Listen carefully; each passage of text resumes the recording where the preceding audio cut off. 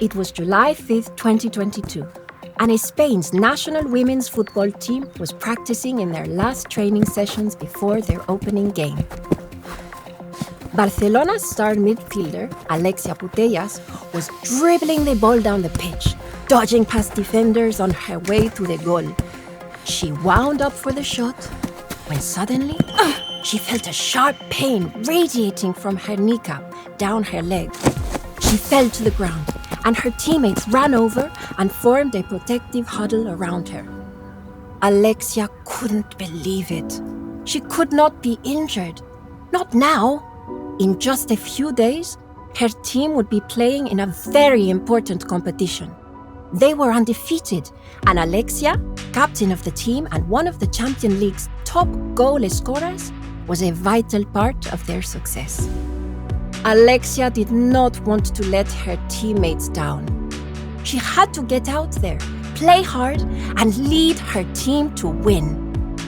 She closed her eyes and willed the injury to go away.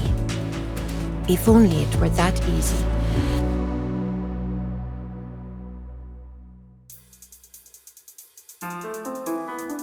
I'm Jessica Hinds-Mingo, and this is Goodnight Stories for Rebel Girls, a fairy tale podcast about the real-life rebel women who inspire us. On this episode, Barcelona footballer and two-time Ballon d'Or winner Alexia Putellas. Alexia Putellas grew up in Mollet del Vallès, Catalonia, a town just north of Barcelona. Football was always a part of Alexia's life.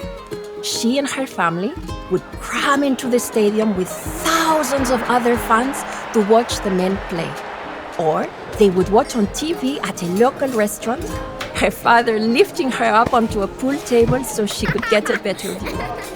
Alexia couldn't take her eyes off the players. She was mesmerized by their footwork and the control in which they moved the ball down the pitch. And when a player from the Barcelona team scored, everyone erupted in cheers. Alexia cheered and clapped too, watching all the beaming faces. She wanted to be just like the players on TV. Back at home, Alexia played football at school and practiced in the street. When her parents saw her dedication and passion for the game, they knew they needed to sign her up to play with a club. So, when she was 7, Alexia joined Sabadell, the only youth club in the area with a girls' team. Most of the players were at least 5 years older than she was. Alexia tried her best to keep up, but it was frustrating that many of the girls were stronger and faster. That didn't stop Alexia from being the best she could be.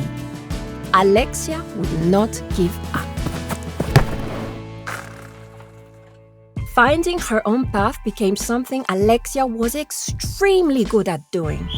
On the pitch, she could dodge and turn and work her way down the field, even if there was no clear way to go. One of her most remarkable talents as a football player was her uncanny ability to find space on the pitch where there was none. As Alexia continued to train, her passion and hard work took her further than she'd ever imagined.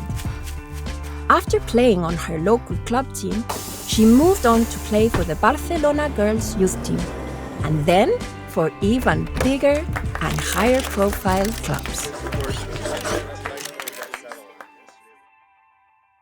In 2012, she joined Barça Femení, a professional women's football team in Barcelona. She helped bring her team to victory multiple times and gained worldwide recognition. Of course, these wins meant a lot to Alexia, but improving with every match meant even more. There was always something new to learn, and that made football so much fun.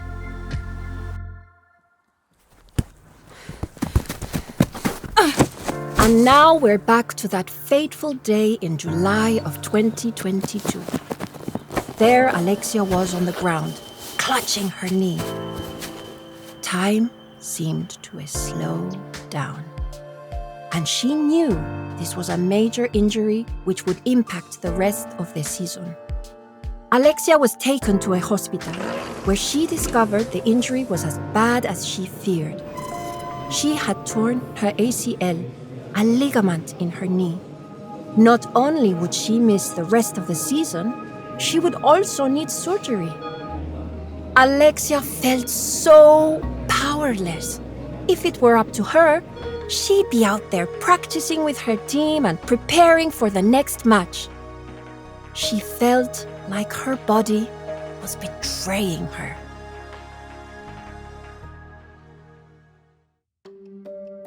Recovery would be a long process for Alexia, who was determined to do whatever it took to get back out on the pitch. But she also came to understand that she couldn't force herself to recover.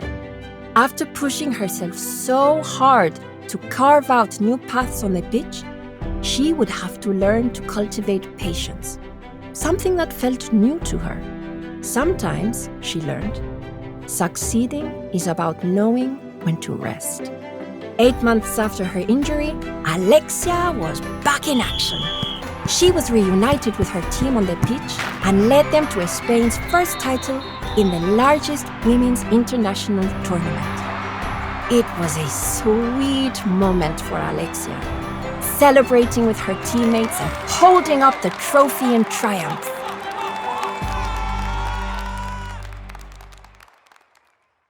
At the time, Alexia's injury felt like an insurmountable setback.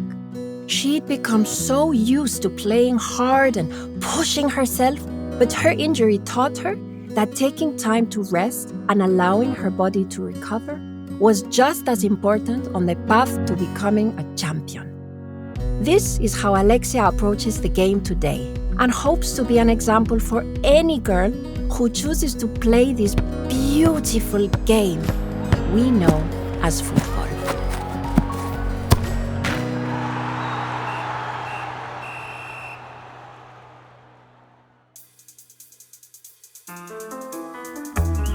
This podcast is a production of Rebel Girls. It's based on the book series Good Night Stories for Rebel Girls. This episode was narrated by me, Jessica Hinds-Mingo. It was produced and directed by Deborah Goldstein, with sound design and mixing by Reel Audiobooks. The story was written by Sara Weiss, fact-checking by Eliza Kirby. Our executive producers were Joy Smith and Jess Wolf. Original theme music was composed and performed by Elettra Bargiacchi. A special thanks to the whole Rebel Girls team who make this podcast possible. Until next time, stay rebel!